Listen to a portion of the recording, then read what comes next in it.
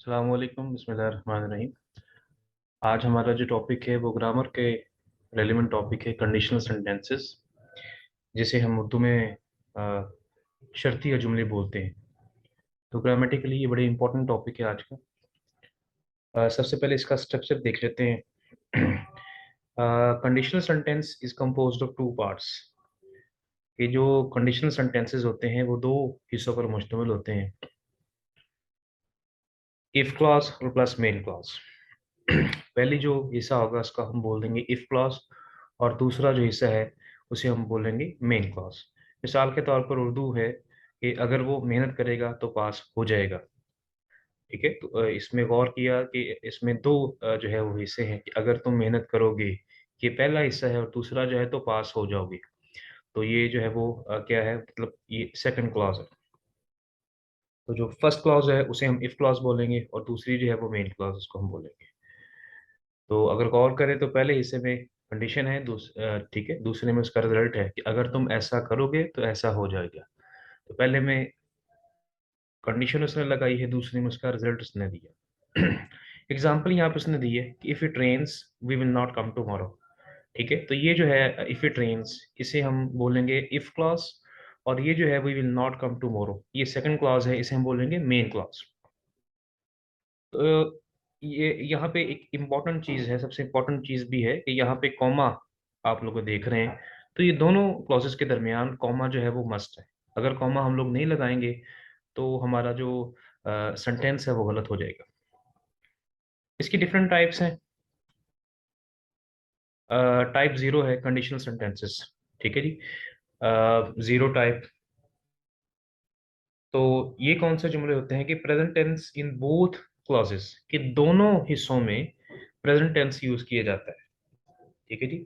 इसको हम बोलते हैं टाइप जीरो, के दोनों क्लॉजेस में जो है वो प्रेजेंट टेंस इस्तेमाल किया जाता है। For example, if you heat water it boils. तो यहाँ पे अगर गौर करें कि फर्स्ट सेंटेंस, फर्स्ट क्लॉज जो है वो भी जो इसमें है प्रेजेंट इंडेफिनिट में, और सेकंड है इट बॉइल्स, ये इफ क्लॉज है और ये मेन क्लॉज।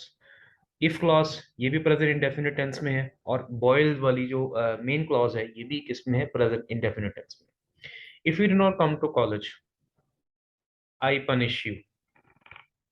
ठीक है, तो ये फर्स्ट क्लॉज जो है ये भी इफ क्लॉज है और दूसरी मेन क्लॉज। और गौर करें आप लोग कि दोनों फिक्रात जो हैं, दोनों क्लॉजेज जो हैं वो किस में है, प्रेजेंट इंडेफिनिट टेंस में। It means zero conditional sentences हम इसे पढ़ें। नेक्स्ट आ जाती है कंडीशनल सेंटेंसेस की टाइप वन।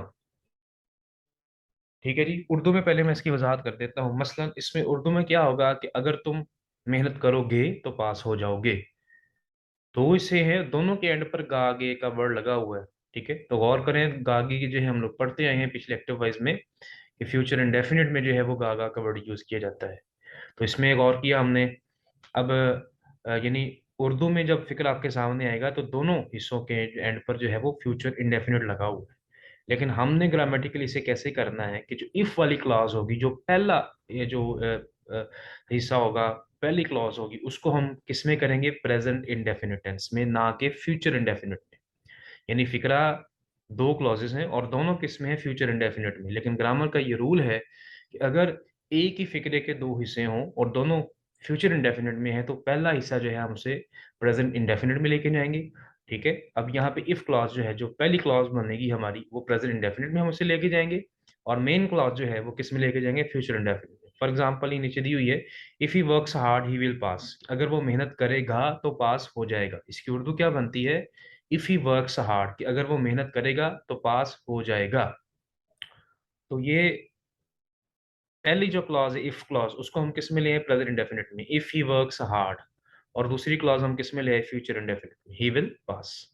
सेम इसी तरह दूसरी एग्जांपल है, if I feel sick I will not go to school. तो फर्स्ट क्लॉज जो है इफ क्लॉज किस में है, प्रेजेंट इंडेफिनिट में, और दूसरी क्लॉज जो है वो किस में है, फ्यूचर इंडेफिनिट। नेक्स्ट हमारे पास आ जाती है टाइप टू कंडीशनल सेंटेंसेस। ठीक है जी। इसकी उर्दू मैं पहले आपको बता देता हूँ कि इसमें किस तरह के फिक्रे होते हैं। इसमें होगा कि अगर तुमने मेहनत की तो पास हो जाओगे। अगर तुमने मेहनत की तो पास हो जाओगे। तो इफ क्लॉज जो है वो पास्ट इंडेफिनिट में आती है।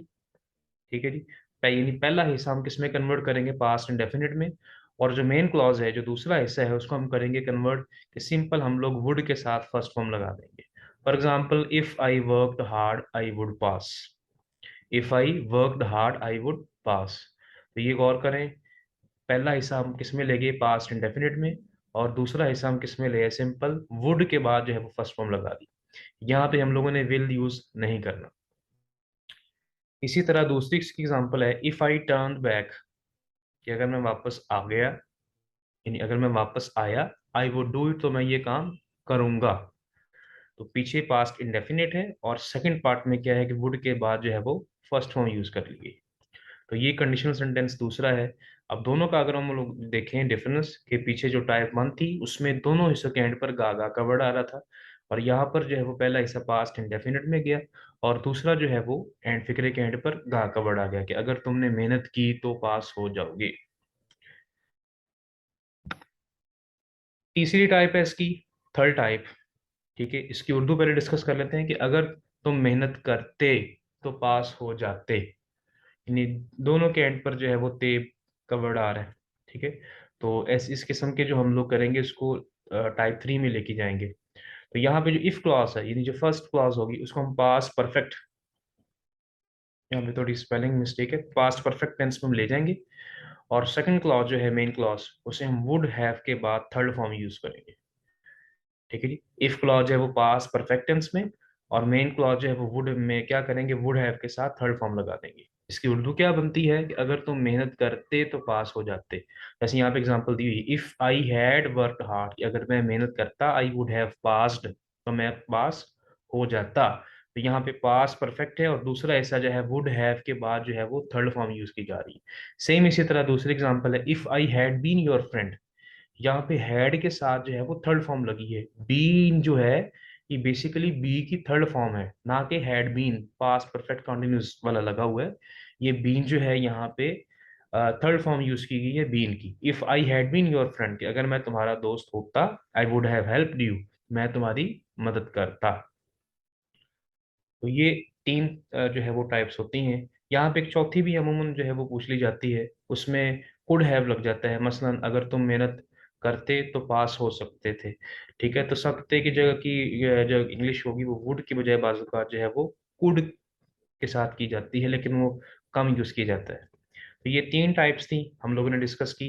टाइप थ्री में ये है कि अगर तुम मेहनत करते, इसको पहचानना कैसे है, पहचाना आप लोगों ने उर्दू से है। तो एमसीक्यूज वाइज अगर फर्स्ट ईयर के स्टूडेंट्स देखें, तो एमसीक्यूज 5 नंबर के आते हैं ऑब्जेक्टिव में। तो उसमें जो है वो बाज़-औक़ात मिसाल के तौर पर ये फर्स्ट टाइप लिखी है, मैं आपके सामने लेके आया हूँ, if he works hard he will pass.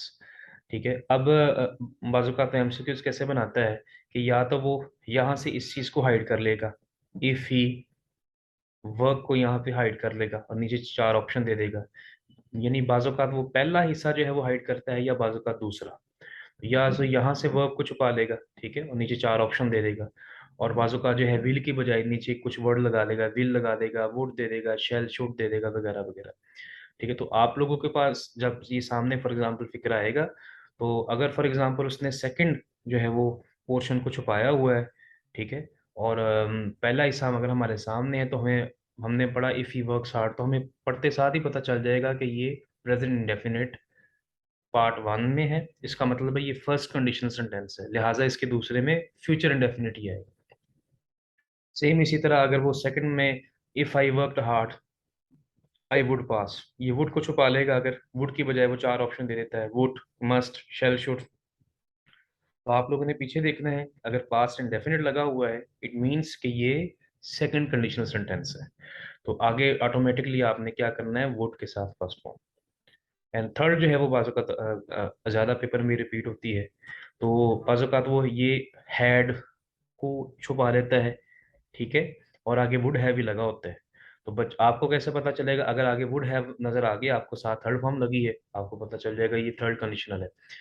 तो अगर ये हैड वर्ब को छुपा लेगा फॉर एग्ज़ाम्पल, ठीक है, ये पास्ट परफेक्ट को छुपा लेगा, तो आपने आगे देखना है, तो वुड हैव के साथ थर्ड फॉर्म लगी हुई है, तो इसका मतलब ये है कि ये थर्ड कंडीशनल सेंटेंस।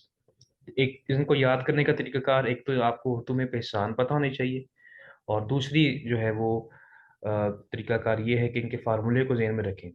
ठीक है, फार्मूला फॉर टाइप 1 में अगर देखें तो क्या था, पहले हिस्से में प्रेजेंट इंडेफिनिट और दूसरे में फ्यूचर इंडेफिनिट। दूसरी टाइप में फर्स्ट पार्ट में पास्ट इंडेफिनिट के बाद दूसरे हिस्से में वुड के साथ फर्स्ट फॉर्म, और थर्ड कंडीशनल सेंटेंस जो है वो फर्स्ट पार्ट जाएगा पास्ट परफेक्ट टेंस में, और सेकंड जो है वो वुड हैव के साथ थर्ड फॉर्म यूज होगी। उम्मीद है ये आपको कंडीशनल सेंटेंस समझ में आ गए होंगे। अल्लाह हाफिज, थैंक यू।